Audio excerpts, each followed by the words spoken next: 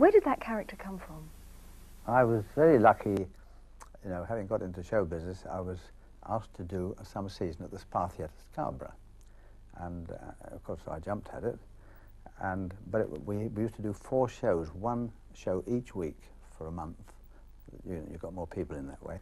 And there was a conjurer who, on the last show, was finding it rather difficult to get the material for a 4th show. So he said, and we were sharing a dressing room actually, he said, I'll tell you what, he said, why not, when I invite somebody to come up from the audience to mess up, but to do some tricks to help me with the trick, he said, if you were in the audience and you came up and messed up a few tricks with me, he said, that would work smashing. So I said, fine, yeah, fine. So I went out and I bought a little tight-fitting grey suit for 30 shillings. How much is that now? It's about £1.50. £1.50, that's yes. right. Yeah. And a cap for 1 shilling. That's about 2.5p, isn't it? Something like that, yes.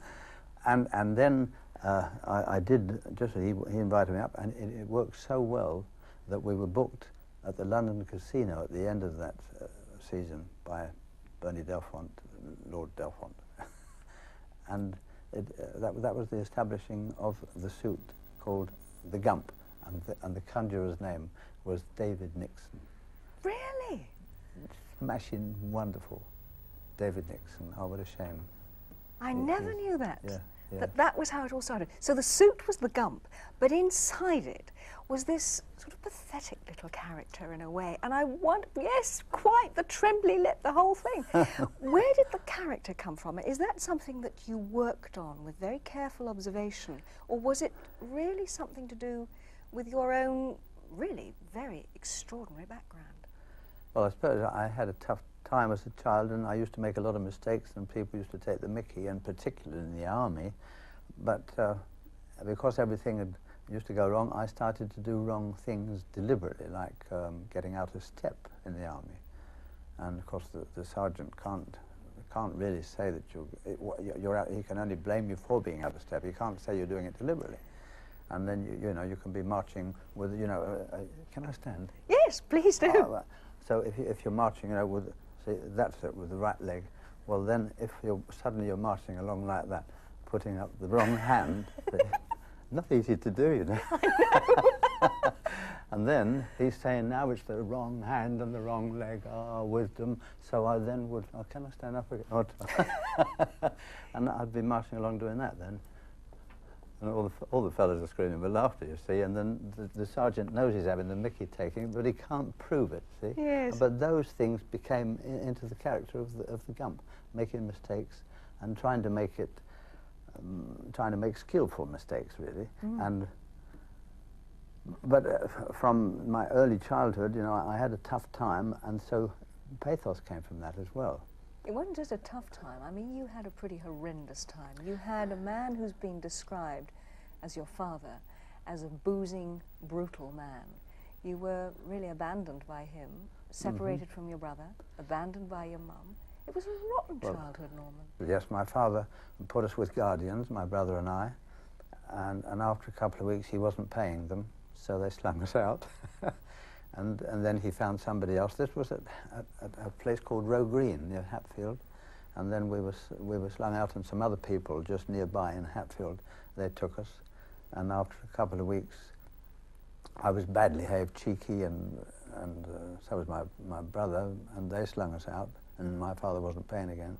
They found some people at Deal who looked after us, and after a while they decided that it was really hard work looking after these 2 kids, so they slung me out and kept my brother. So you were actually separated when you were 11, weren't you? Yes, and then I found some people through school chums of mine who took me on in Walmer, just near Deal, so I kept in touch with my brother. And I was with them until I left school. When I left school when I was 13. Norma, you virtually lived an entire lifetime in just the first 14 years of your life, but then you went off and joined the army, and that really was a major turning point, wasn't it? I went to Scotland Yard, which was a recruiting centre at that time, and fortunately it was night time, so I got a kip in the guard room as well. And then the following morning I had a medical examination, which I passed. I still got the attestation papers, as they called them in those days, and I was actually 4'10.5" in height, and I weighed 5 stone 9. And then I had to wait till the following morning to get an interview with the bandmaster, which I did, and he said, now, of course, you want to get in the band? And I said, oh, yes, sir. He said, you know all about music? I said, oh, yes, sir. He said, well, what's a flat? And I said, don't know that, sir. He said, well, what's a sharp then? I said, well, I don't know that one either, sir. You know, like we were playing riddles. And he said, well, you don't know anything about music, do you? I said, no, sir, but I'd like a chance to learn. And he must have been sorry for me, because he said, well, why didn't you say so in the first place? And he took me. And I was on my way to India just 3 weeks later, having been to Aldershot and so forth, and on my way to India to join the 10th Royal Hussars. And a time of my life, wonderful sunshine, my own bed, regular food, football, cricket, swimming, wonderful chums, learning to play music, riding horses. Oh. Better than going to a country club. I forgot to tell you, I was mad on boxing. And I used to, when we were doing the training, you do the shadow boxing, you see, that's with an opponent, you know, you're hitting him, and I used to let the imaginary opponent hit me. I won't stand up, because shall I do a stand-up one for you? No, it's all right. And then, the blokes used to laugh so much that they called the entertainment officer over to watch me doing the shadow boxing.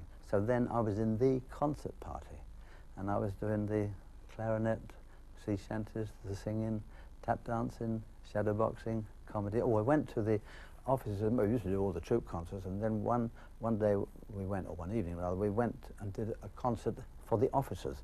And of course, especially in those days, the officers were rather more like that, you know, sitting watching this concert, which is an awful bore, as it were. But when I came on and started to tap dance, they started to laugh. And I was a bit peeved. You mustn't get annoyed with an officer. But I was a bit peeved, and I deliberately tripped, and they laughed really loud. So I thought, oh, all right. So I tripped and fell over, and they screamed. And as I sat on the floor there, I thought, that's it. Oh, comedy. I've cracked it. Yeah. And so that was it. And when I was demobbed, I went to Collins Music Hall in Islington, and I went and saw the manager, and he said, what do you want? I said, well, I'd like to go on the stage, sir. He said, well, don't be silly. He said, there's stars coming out of the army, and they're closing the variety theatres all over the country. You don't stand a chance. Forget it. Go and get a job. And so I took a room nearby, and I became that man's shadow. I mean, if he was in the bar and he raised a pint of beer to his mouth, my head was under his arm. Until eventually he said, look, if I let you go on first house Monday, because it used to be twice a night, if I let you go on first house Monday and you're no good, will you promise to go away and leave me alone? And I said, yes, fair enough, sir. Oh, yes.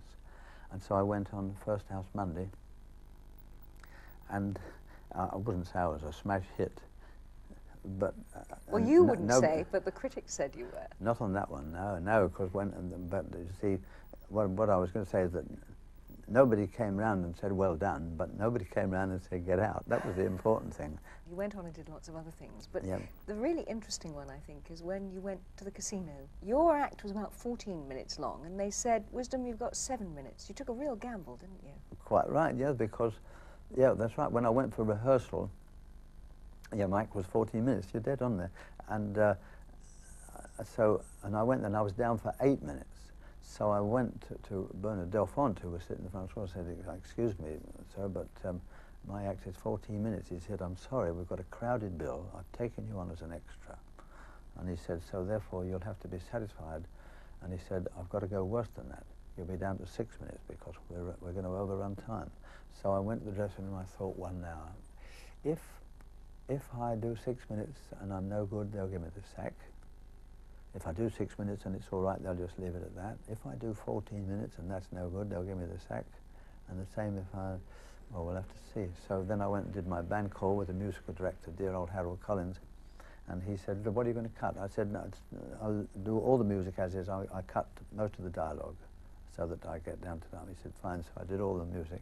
And then I went on stage that night and I did the whole 14 minutes. And it was... sounds like swank, but it was wow. And as I came off stage, Bernard Delfont was standing there on the side in the wings, And I thought, oh, here we go. And he just held out his hand and shook me by the hand. And the next day, the papers had a headline which said, "A star is born." That's right, Daily Express, yes. A star is born. You certainly were. You went on to do, what, 19 films, over 30 television programmes, and we'll talk about some of that in just a moment. Look forward to that. To see Billy Marsh, my agent, and they said, we've seen, we'd like to do have Norman Wisdom for film. So Jill Craigie, Michael Foot's wife, wrote the original script, and then it was changed and altered, and we did a film. And never forget, because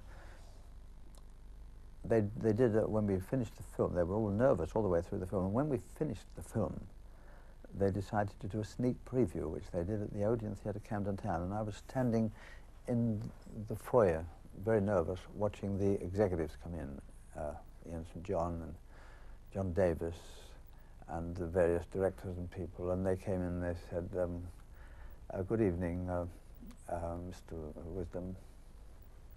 Some came in and said, hello, wish you luck, and all that stuff, and frightened out of my life, these people coming in.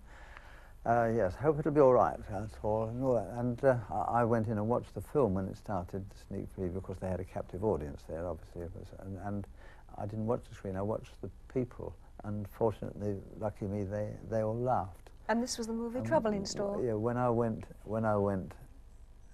when the film was over, I went out and stood in the same place, more or less, in the foyer, and the same people came out and said, oh, darling, absolutely wonderful. Oh, you are so wonderful. Isn't he funny? Oh, yeah. The something of show business, I was going to say. Yes. The bull.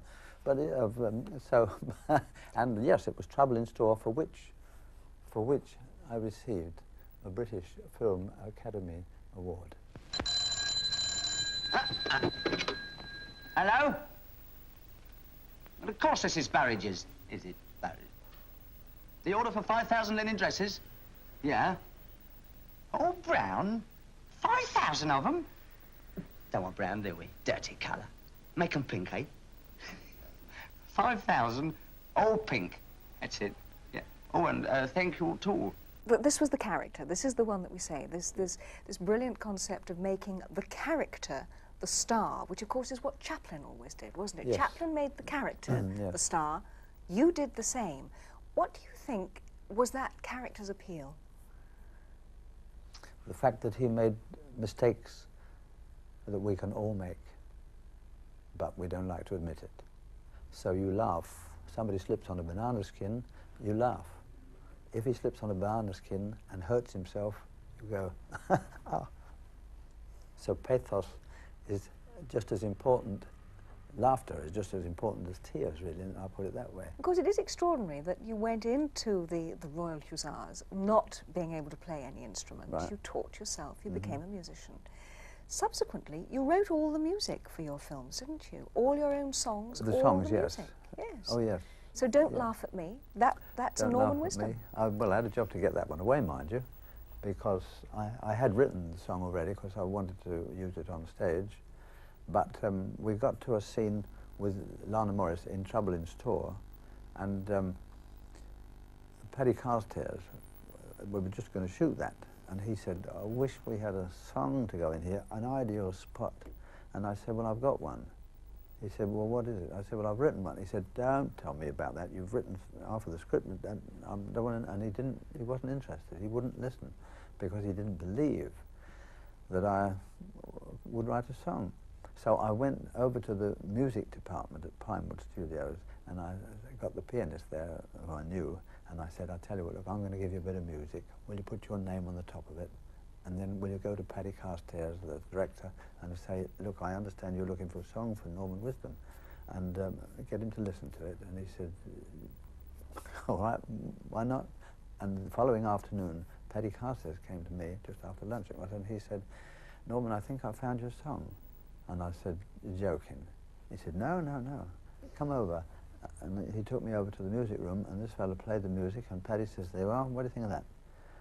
I said, well, he said, you're going to sing it anyway.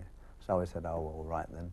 And I didn't tell him until we'd recorded it that I'd written it. And What did he say then? Well, I won't tell you. Don't laugh at me, 'cause I'm a fool. I know it's true, yes, I'm a fool.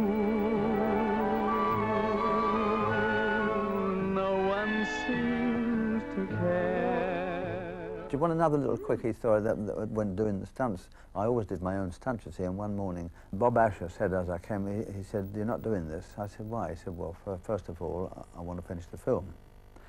So, oh dear. And it was a scene where I'm up with the first aid blokes have got me all in plaster, and I'm on the table there, and they suddenly realise they've got to get to a football match, and I want to go to the football match, and so, but they leave me, and I want to get to the football match, and so I managed to get off the table, and I get into a wheelchair, and I managed to gradually circulate the wheels to the top of the stairs, and then down slowly, and then it got out of control, down the stairs, through the wall at the bottom, which was a plaster wall, I must admit.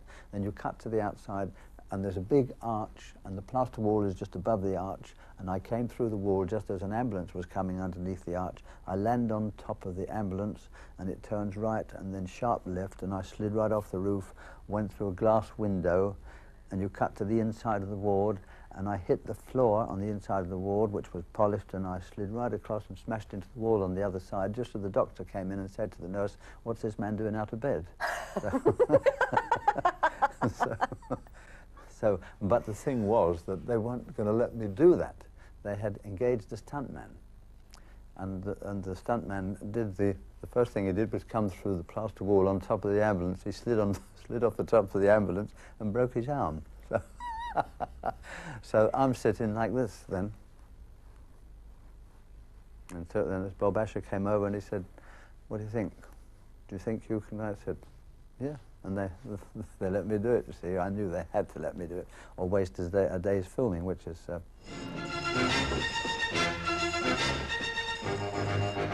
on there! All right. Step to it, man!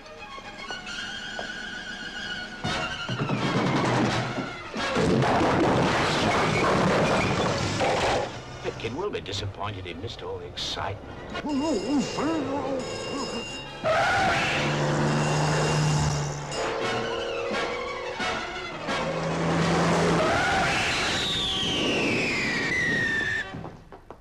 Afternoon. What's he doing out of bed? Of course, Norman, everybody knows about and remembers all the films that you made, but what a lot of people have either forgotten or didn't know is that you've also been incredibly successful in America on Broadway. You won 2 awards on Broadway. Yes, that was for Walking Happy, which is a musical version of Hobson's Choice, and I also did Not Now Darling on Broadway. Norman, the other sort of major thing that you've done latterly, in 1982, you did the television play Going Gently. Yes. Now, this was something at the time that you said you had always wanted to do. You, in a way, felt that people had never taken you seriously enough and given you a really serious role to do. Here was a very serious role, which you took very seriously, didn't you? Tell us about it. Well, I never even dreamed that I'd get a serious role from that point of view, although Walking Happy, but that was in America because Hobson's Choice, you know, with Willie Mossop, he would talk and all like that, you know, and that was a serious comedy role, but I didn't think I'd get one like Going Gently, and it's Innes Lloyd. I had a letter from him and the script, would I go and discuss it with him, which I did, and Stephen Frears was the director. We had lunch together. I wasn't hungry, but we had lunch together, and Stephen said, Norman, I don't want any laughs in this, you know. And I said, oh, no. And I could see what he was getting at, you see, the typecast. So I couldn't help saying, I know that I'm dressed in a sort of a nightshirt, but I said it would be all right if when I get out of bed, if I caught my nightshirt on the spring of the bed. And as I walked away, obviously it would become more taut until eventually it pulled me back, and then I would probably put my foot in the bedpan underneath and he'd gone Paled. pale, yeah. So he said, "Oh, I want to talk to you in the office."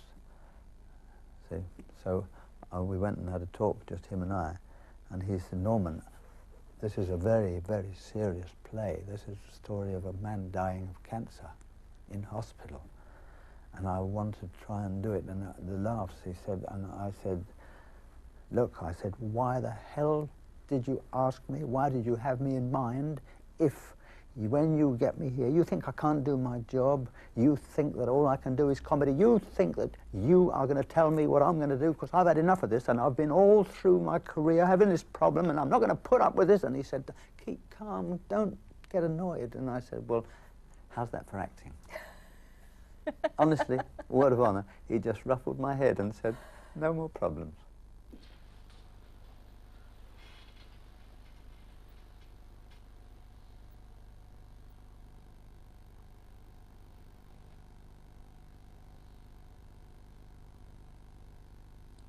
Jesus, I'm scared. What is it, Flood? I don't ever want to go through that again. You're not making sense. This morning, between 5 and 7, I don't ever want to be as lonely as that again.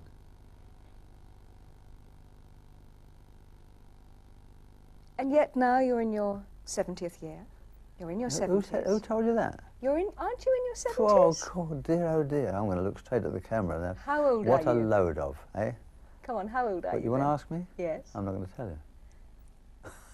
Have you ever lied about your age, Norman Wisdom? No, who would ever lie about their age? Now, I ask you. I am in my...